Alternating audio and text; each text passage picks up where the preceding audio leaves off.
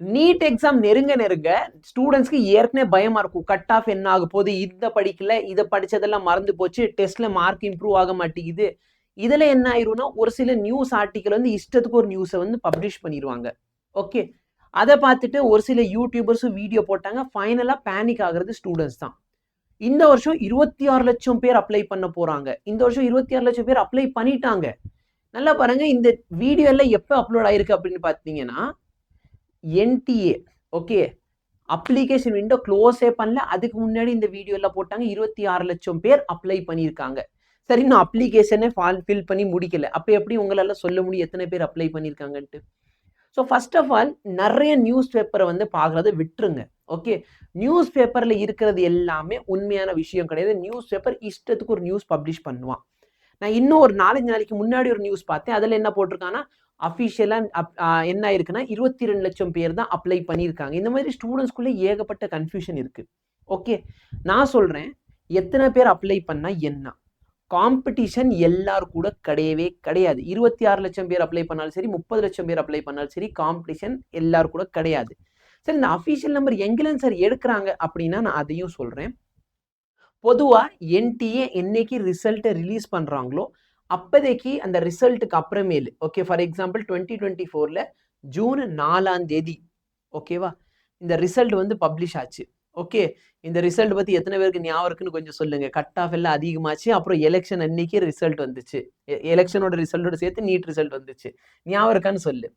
இப்ப நல்லா பாருங்க, 2024 என்ன ஆச்சு, இந்த ரிசல்ட்டோட சேர்த்து இந்த மாதிரி டாக்குமெண்ட் ரிலீஸ் ஆகும்டா. இந்த டாக்குமெண்ட்ல என்ன மென்ஷன் பண்ணுவாங்கன்னா எத்தனை கேண்டிடேட் ரெஜிஸ்டர் பண்ணாங்க வருஷம். ஆப்வியஸ்லி வருஷம் கேண்டிடேட்டோட ரெஜிஸ்ட்ரேஷன் இன்க்ரீஸ் ஆகிக்கிட்டே தான் போச்சு 2024 வரைக்கும். 2025 இதே மாதிரி ஒரு ரிசல்ட் வந்து இதுக்கு அப்புறமேலு, சரிங்களா, 14th ஜூன் 2025 அன்னைக்கு ஒரு அஃபிஷியல் ஸ்டேட்மெண்ட் வந்துச்சு. அந்த அஃபிஷியல் ஸ்டேட்மெண்ட்ல எத்தனை ஸ்டூடெண்ட்ஸ் அப்ளை பண்ணியிருக்காங்க அப்படிங்கிற ஒரு நம்பர் கூட கிடைச்சிச்சு. சரியா, இப்ப நான் உண்மையில சார் இந்த வருஷம் உண்மையில அவங்க நியூஸ் பேப்பர்ல சொல்ற மாதிரி 26 லட்சம் பேர் இருந்தா என்ன ஆகும்? இருந்துட்டு போறாங்க. சார் 30 லட்சம் பேர் இருந்துட்டு போறாங்க. காம்படிஷன் கிடையாதுடா. காம்படிஷன் இருக்க போறது வெறும் ஒரு 30,000 ஸ்டூடெண்ட்ஸ்குள்ள தான் தமிழ்நாடுல. மிச்சம் எல்லாரும் சும்மா. சரியா, நீட்ல ஓகே, நான் சொல்றதை நோட் பண்ணி வச்சுக்கோ. நீட்டை பொறுத்தவரைக்கும் பார்த்தீங்கன்னா இந்த டாப் மார்க் எடுக்கிறாங்கல்ல, சரியா, அந்த ஸ்டூடெண்ட்ஸோட இதெல்லாம் காம்படிஷன், சரியா, ஜிஎம்சி நான் சொல்ல ஓரளவுக்கு டீசெண்டாக காம்படிஷன் கொடுக்குற ஸ்டூடெண்ட்ஸோட எண்ணிக்கை வந்து ஒரு 20,000 30,000 குறைவாக தான் இருக்கும். சொல்றதை ஞாபகம் வச்சுக்கோ. அப்போ மற்றவங்க எல்லாருமே பார்த்தீங்கன்னா சார் 1.5 லட்சம் பேர் அப்ளை பண்ணாலும் அதில் பாதி பேர் வந்து பாஸ் மார்க் கூட வாங்க மாட்டான். சார் தமிழ்நாட்டில் மட்டும்தான் இந்த நிலைமை மோசமானு கேட்டால் கிடையவே கிடையாது. All over India. இப்போ நான் 2025 டேட்டா வச்சிருக்கேன். இது அஃபிஷியல் டேட்டா, என்டிஏ வெப்சைட்லேருந்து கொடுத்த டேட்டா. ஓகேவா, இதுல ஏகப்பட்ட விஷயங்கள் கொடுத்துருப்பாங்க. சரியா, எத்தனை கோஆர்டினேட்டர், எத்தனை பிள்ளைங்க, எத்தனை எத்தனை என்ஆர்ஐ, எத்தனை எல்லாமே இருக்கும்டா. இதுல எல்லா டேட்டா நம்மளுக்கு தேவையானது கேட்டா இல்ல, பட் அவங்க அஃபிஷியலா ரிலீஸ் பண்ணுவாங்க. இப்போ ஃபார் எக்ஸாம்பிள் பாரு, தமிழ்நாடுல இருந்து தமிழ் மீடியம்ல எழுதுறவங்களோட எண்ணிக்கை என்ன ஆகுது சார்? அதிகமாகுது. ஆனா 26,000 பேர் எழுதுறாங்க. அதுக்கு காம்படிஷன் அதிகமாகுதுன்னு கேட்டா அந்த அளவுக்குலாம் இல்லை. சீரியஸா எழுதுறவங்களோட எண்ணிக்கை ரொம்பவே கம்மி தான். Okay, so gender wise candidate ஆகட்டும், மேல் எத்தனை, ஃபீமேல் எத்தனை. ஸோ இதில் பாரு, மேல் அப்ளை பண்ண மேல் சும்மா ஓகே, நான் சும்மா ஒரு பேஜ் சொல்றதுக்காக சொல்றேன். மேல் அப்ளை பண்ணவங்களோட எண்ணிக்கை பார்த்தேன்னா 9 லட்சம். ஆனா பாஸ் மார்க் வாங்கினவன் வெறும் 5 லட்சம். பொண்ணுங்க 13 லட்சம் பொண்ணுங்க அப்ளை பண்ணியிருக்காங்க. பாஸ் பண்ண பொண்ணுங்க 7 லட்சம். நம்ம ஜெண்டரா டோட்டலா பேசிடுவோமே, சரி, எல்லா ஜெண்டரும் சேர்த்தே பேசுவோமே. 23 லட்சம் பேர் அப்ளை பண்ணாங்க 2024. ஆனா குவாலிஃபை பண்ணவங்க எண்ணிக்கை வந்து வெறும் 13 லட்சம். சார் நீங்க என்ன சார் 1.5 லட்சம் பசங்க நம்ம எழுத போறாங்க, அதுல குவாலிஃபை பண்றவங்க நீங்க என்ன சொன்னீங்க? 1.5 லட்சம் பேர்ல வெறும் ஒரு 20,000 30,000 தான் காம்படிஷன். ஆனா இங்க பாருங்களேன், குவாலிஃபை ஆல்மோஸ்ட் 50% வருது. 50% ஆஃப் த ஸ்டூடெண்ட்ஸ் தான் குவாலிஃபைங் மார்க்கே டிசைட் பண்ணுவாங்க. புரியுதா? குவாலிஃபைங் மார்க் எவ்வளோ நான் சொல்றேன். ஓகே, இப்போ அதே மாதிரி 2025 எக்ஸாம் எழுதுனது 22 லட்சம் பேர், அதுல வந்து குவாலிஃபை பண்ணது 12 லட்சம். ஆல்மோஸ்ட் 50%. ஸோ அதை டிசைட் பண்றாங்க பத்தியா, எது வந்து குவாலிஃபைங் மார்க், அது வந்து 50% ஆஃப் த ஸ்டூடெண்ட்ஸ் என்ன மார்க் எடுத்தாங்களோ அதை வச்சு டிட்டர்மைன் ஆகும். அப்ப இந்த குவாலிஃபைங் மார்க் வந்து வருஷம் ரொம்ப அதிகமாயிருச்சான்னு கேட்டா இல்ல. சரியா, ஃபார் எக்ஸாம்பிள் நல்லா பாரு, இந்த 50th பர்சன்டைல் குவாலிஃபைங் மார்க்காவே இருக்கும். அப்ப குவாலிஃபைங் மார்க் எவ்வளோ சார் போயிருக்கு அப்படின்னா 720க்கு 137 மார்க் எடுத்த ஒரு ஸ்டூடெண்ட்ஸோட எண்ணிக்கை சரியா வெறும் 10 லட்சம். ஓகே, அப்பியர் ஆன ஸ்டூடெண்ட்ஸ் வந்து ஒரு 20-22 லட்சம் இருக்கும். 2023ல எத்தனை பேர் ஒரு தடவை பார்த்துட்டு வந்துடலாம். 2023ல டோட்டல் வேணும். எனக்கு லாங்குவேஜ் வைஸ் வேணும், டோட்டல் வேணும். 2023ல டோட்டல் அப்ளை பண்ணவங்க என்ன சார் 20 லட்சம், அப்புறம் 24, அப்புறம் 22. ஸோ 20 லட்சம் ஸ்டூடெண்ட்ஸ்ல 10 லட்சம் ஸ்டூடெண்ட்ஸ் ஓகே 50% ஆஃப் த ஸ்டூடெண்ட்ஸோட மார்க் என்ன அதான் பார்ப்பாங்க. அப்ப யோசிச்சு பார் ஹவு பெத்தட்டிக் இட் இஸ். வெறும் 137 மார்க் தான் சார் எடுத்திருக்காங்க 50% of the student. 50% of the ஸ்டூடெண்ட்ஸோட மார்க் தான் இந்த 137 விட அதிகம் இருக்கு. மிச்சம் இருக்கிறவங்க எல்லாம் 137 மார்க் கூட எடுக்கல. இங்க பாரு 24,000 பேர் அப்ளை பண்ணாங்க சார் 2024ல. அதுல 162க்கு மேல மார்க் எடுத்தவங்க எவ்வளவு சார்? வெறும் 11 லட்சம். அதுக்கு கீழே இருக்கிறவங்க 11 லட்சம் பேர். 720க்கு வெறும் 162 மார்க் கூட எடுக்க முடியாதவங்க எத்தனை பேரு? 11 லட்சம் பேர். அப்ப காம்படிஷன் அவங்கள சேர்க்கவே வேணாமே.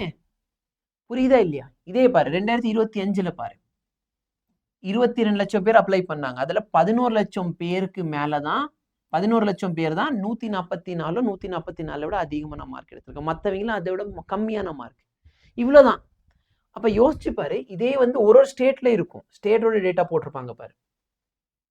இப்ப தமிழ்நாடுல சரியா அப்ளை பண்ண ஸ்டூடெண்ட்ஸ் எவ்வளோ சார்? 1.5 லட்சம் பேர் அப்ளை பண்றான் சார். ஆனா அந்த ஒரு கட் ஆஃப் மார்க் இருக்கு 162 மார்க். அதுக்கு அதிகமான மார்க் எடுத்தது வெறும் 89,000 பேர்.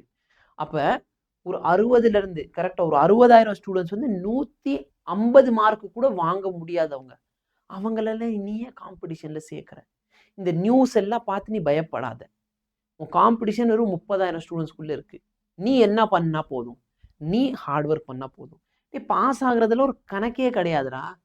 சரியா? நீ பயாலஜி மட்டும் படி, பயோ மட்டும் நல்லா தரவு பண்ணி. இதே மாதிரி இந்த டேட்டா வந்து ஒன்னொன்னுக்கு அவைலபிளா இருக்கும். நீ பயோ மட்டும் நல்லா படி, 340 மார்க். நீ பயோல 300 பிசிக்ஸ் கெமிஸ்ட்ரி தொடவே வேணாம்டா. பயோல நீ 340 மார்க் எடுத்தாலே நீ ஆல்மோஸ்ட் நீட் எக்ஸாம்ல அப்பியர் ஆன ஸ்டூடெண்ட்ஸை கம்பேர் பண்றப்ப 70% ஆஃப் த ஸ்டூடெண்ட்ஸை விட நீ பெட்டர் மார்க் வாங்கியிருப்ப. நீ பிசிக்ஸ் கெமிஸ்ட்ரி தொடவே வேணாம். நீ என்ன பண்ற? நீ பயோல 340 மார்க் வாங்குற. நீ 340 மார்க் வாங்கினாலே நான் எழுதி தந்துடுறேன். இன்னைக்கு கூட 70% ஆஃப் த ஸ்டூடெண்ட்ஸை விட நீ பெட்டர் பர்ஃபார்மன்ஸ் பண்ணிருக்க. அவ்வளவுதான்டா. இப்போ நீ பிசிக்ஸ் அண்ட் கெமிஸ்ட்ரி மார்க் சேர்த்துக்கோ. பிசிக்ஸ்ல கெமிஸ்ட்ரியில சேர்த்து 260. இந்த 260 நீ எப்படி வாங்க போற? அது உன் பிரச்சனை. பிசிக்ஸ் அண்ட் கெமிஸ்ட்ரி சேர்த்தா 260 வரணும். சார் நான் கெமிஸ்ட்ரி நல்லா வரும். ஓகே, அப்போ கெமிஸ்ட்ரியில் 160 வாங்கிக்க, பிசிக்ஸில் 100 எடுத்துக்கோ. சார் ரெண்டுமே ஓரளவுக்கு ஈக்குவலாக வரும். அப்போ நான் என்ன பண்ணிக்கோ 130. சார் கெமிஸ்ட்ரி கொஞ்சம் பெட்டர், அப்போ 140, பிசிக்ஸில் 120. சார் இந்த மார்க்கெல்லாம் உண்மையிலே இனிமேல் ஆரம்பிச்சாலும் எடுக்கலாமான்னு தாராளமாக எடுக்கலாம். சரியா? ஏப்ரல் 1ஆம் தேதியிலேருந்து நாங்கள் புது சீரீஸ் ஆரம்பிக்க போகிறோம். அந்த சீரீஸில் எனக்கு 5 நாள் கொடு. 5 நாளில் ஃபிசிக்ஸில் இருக்கிற உன் ஸ்கோரை நான் 120 கொண்டு போகிறேன்டா. இதே மாதிரி மற்ற எல்லா ஃபேக்கல்ட்டியும் பண்ணுறோம். ஓகே, ஏப்ரல் 1ஆம் தேதியிலேருந்து எங்கேயும் நீ போய் ஜாயின் பண்ணணும்னு அவசியம் இல்லை. ஃப்ரீ ஆஃப் காஸ்ட் உனக்கு யூடியூப்ல குவாலிட்டி கண்டென்ட் நான் தரேன். நீ ரெடியாக இருக்கேன்னா நான் ரெடியாக இருக்கேன் அப்படின்னு சொல்லு. ஓகேவா? அந்த கண்டென்ட் நீ பார்த்தா போதுமானது. நீ ஈஸியாக ஃபிசிக்ஸில் 120 மார்க் ஸ்கோர் பண்ண முடியும். ஓகே, நீ தயவு செஞ்சு இந்த காம்படிஷன் நினைச்சலாம் பயப்படாத. காம்படிஷன்ல சும்மா ஒரு பேச்சுக்கு, புரியுதா இல்லையா? வருஷத்துக்கு எத்தனை படம் ரிலீஸ் ஆகும். ஆனா தலைவர் படம் வந்துச்சுன்னா அதோட பாக்ஸ் ஆஃபீஸ் கலெக்ஷன் வேற, மற்ற படம் வந்துச்சுன்னா பாக்ஸ் ஆஃபீஸ் கலெக்ஷன் வேற. அதே மாதிரி தான் இது. எத்தனை பேர் ரெஜிஸ்டர் பண்ணாலும் சரி. ஆக்சுவலி இன்னும் அஃபிஷியல் நம்பர்ல கொடுக்கல. அஃபிஷியல் நம்பர் இந்த வருஷம் ரிசல்ட் வந்தால் தான் தெரியும். எத்தனை பேர் அப்ளை பண்ணாங்க, அதில் எத்தனை பேர் அப்பியர் ஆனாங்க, எல்லாமே அப்போதான் தெரிய போகுது.